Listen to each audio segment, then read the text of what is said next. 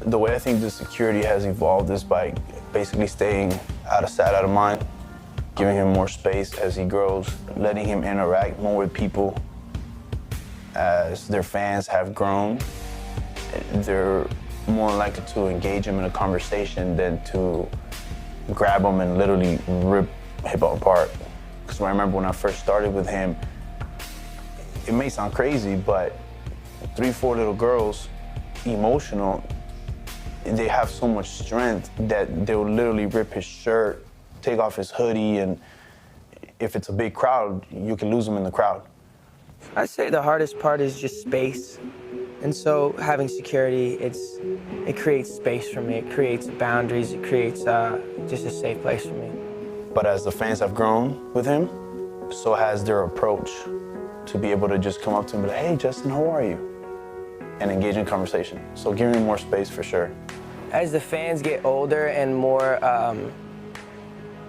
just knowing themselves more, they start understanding how to act, and they actually want to act a little bit more sane so that maybe they get my attention, because at this point, if you're screaming and super overwhelming, it's hard for me to kind of connect with you. The most memorable moments dealing with the crowds overseas, especially in South America, it gets so bad that you start thinking, how am I going to get out of this?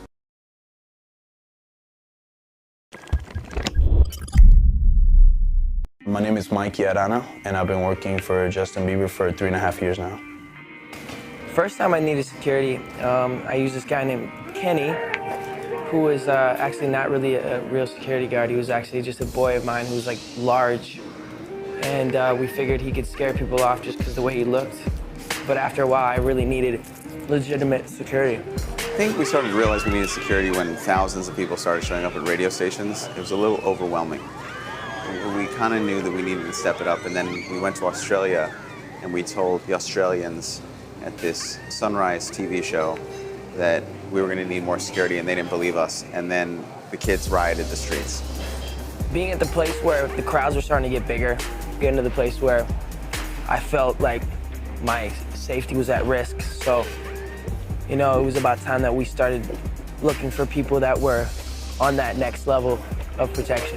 I think Mikey, you can describe as loyal, professional, humble, selfless is the best one. I think that's the most important adjective when it comes to this job. Someone who's selfless, who puts others above themselves at all times, because they're making sacrifices every single day.